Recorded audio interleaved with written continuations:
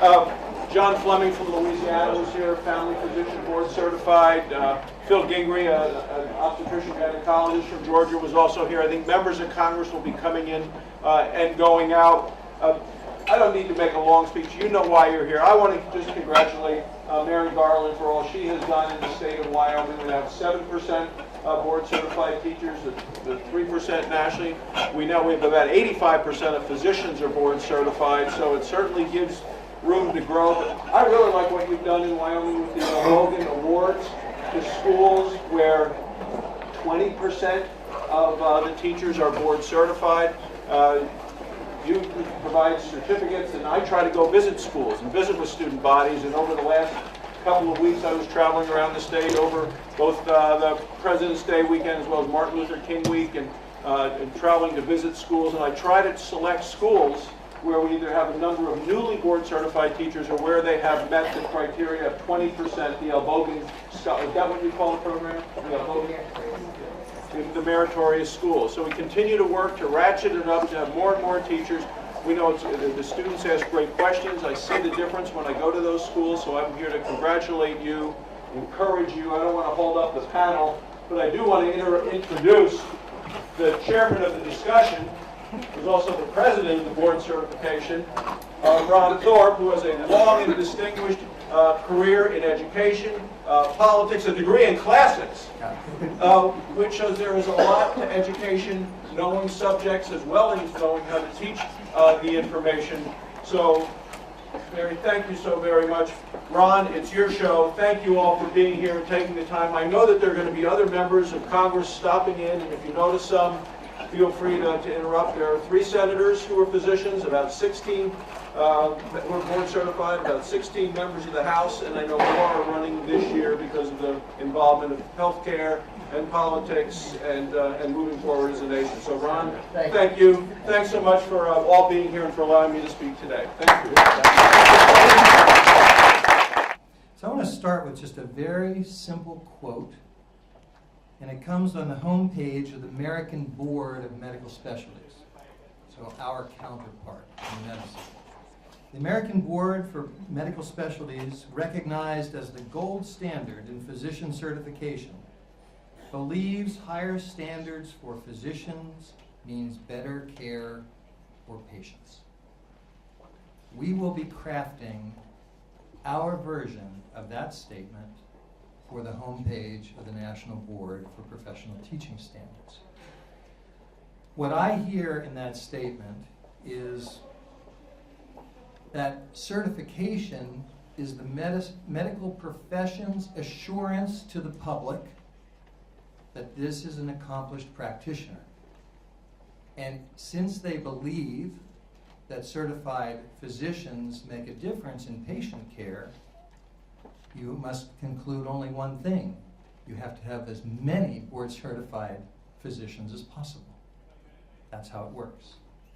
The medical profession has become, I think we'd all agree, the epitome of the definition of a profession. It's not perfect. It never will be perfect. Human endeavors cannot be perfect. But medicine is as good as it gets. And in 1987, when the founders of the National Board came together to create this organization, they had in mind the medical model.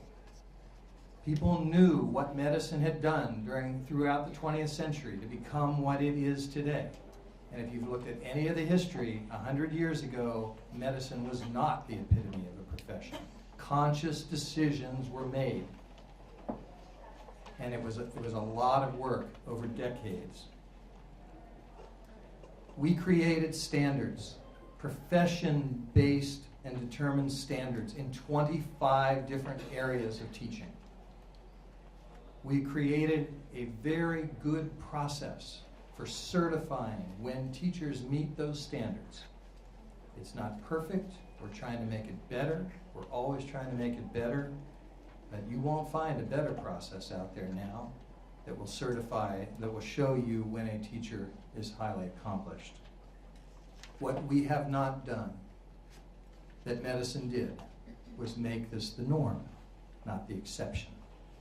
It has to be what everyone in our profession aspires to. That's how you define a profession. Professions are not led by an elite group of Navy SEALs. A profession means across the board you have accomplished practitioners. That's what we have to strive for. We're proud of the 106,000 board certified teachers who are out there now. I've got 18 of the best ones right here on either side of me, and you're going to hear from them in a minute. But that's 3%. And that means that most children in this country will never sit in a classroom with a national board certified teacher. If only 3% of our physicians were board certified, we would not have the quality of health care in this country that we have today. We're proud of Wyoming, 7% of the teachers. Mary has bigger aspirations for that. She's only about growing that number. And the board certified teachers in the state of Wyoming are helping to do that.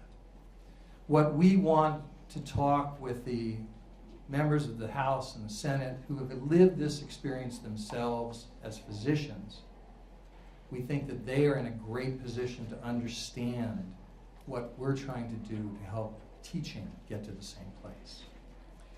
No one talks about this work better than board certified teachers, and I'd like to turn to some of them now.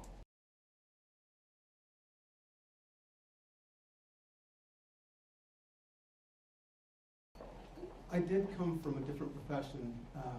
I was living in Laramie, Wyoming, and by the way, my name is Mauro Diaz, and I teach at D. Morgan Middle School in Casper, Wyoming.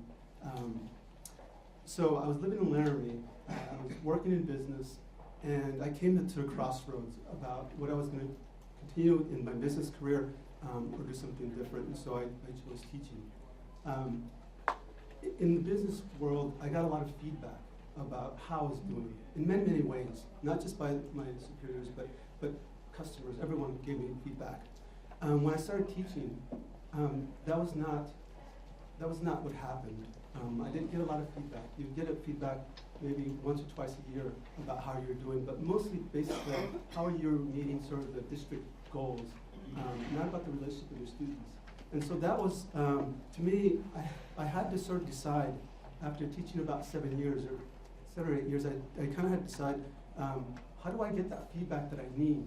And so I learned about the National Board certification process, and I did that. And what happened is it opened the whole world to me, because now I could see through video entries, I could see how my teaching really affected student learning. And what it also did is it gave me confidence to do other things. And so, for example, getting National Science Foundation grants to do research at the University of Wyoming and bring that up to the moment research and bring it back to the classroom, and so that my students could experience what it means to do biology, like the cutting edge biology, and not the textbooks, but the stuff that's happening at the university level. And and you can see how students respond to that. And then going out to the community to ask ranchers if we could use their land to catch butterflies so that we can do our research in our classroom with butterflies. And so entry 4 of the National Board Certified process is basically how do you bring the community to improve student learning? And that's what I think was the strongest for me. And so then it also led to, with the help of the Albogan Foundation and Mary, to put together a summit to get 45 National Board Certified teachers together, and we talked about teaching in Wyoming. And we put together a white paper, and what I realized with entry 4 is that it's not just about my classroom, but it's about the whole greater community. And so reaching out to legislators and talking about my classroom and getting, talking to two dozen legislators over the summer, you realize real quickly that reading the white paper we put together, they're excited to have teachers stand up for the profession and to define the profession too. Because they don't have all the knowledge, but we do. And so that's been a very, very powerful for me. Entry 4, where you show how an accomplished teacher uses the community to improve student learning.